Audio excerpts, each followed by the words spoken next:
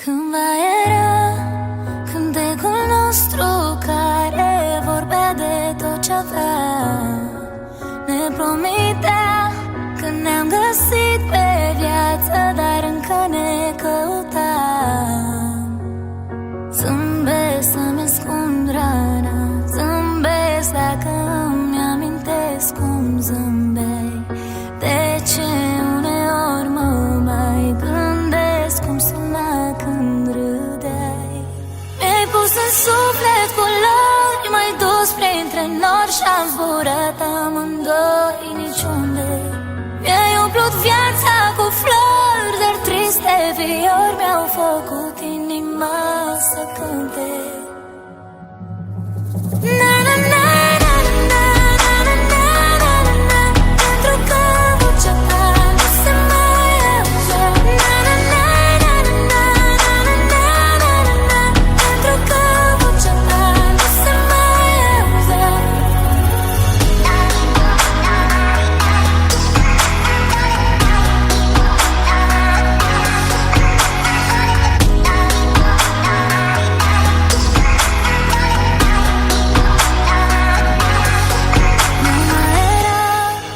Deși stăteam acolo, noi de mult nu mai eram.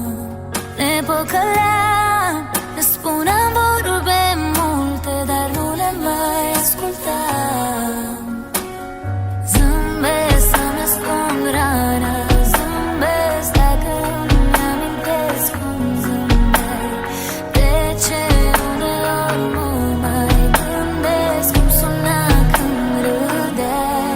Mi-ai pus în suflet culori, m-ai dus printre nori și-am zburat amândoi niciunde.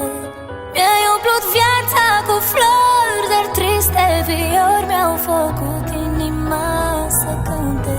Na na na na na na na na na na na, pentru că vocea ta nu se mai auze. Na na na na na na na na na na na, pentru că vocea ta nu se mai auze.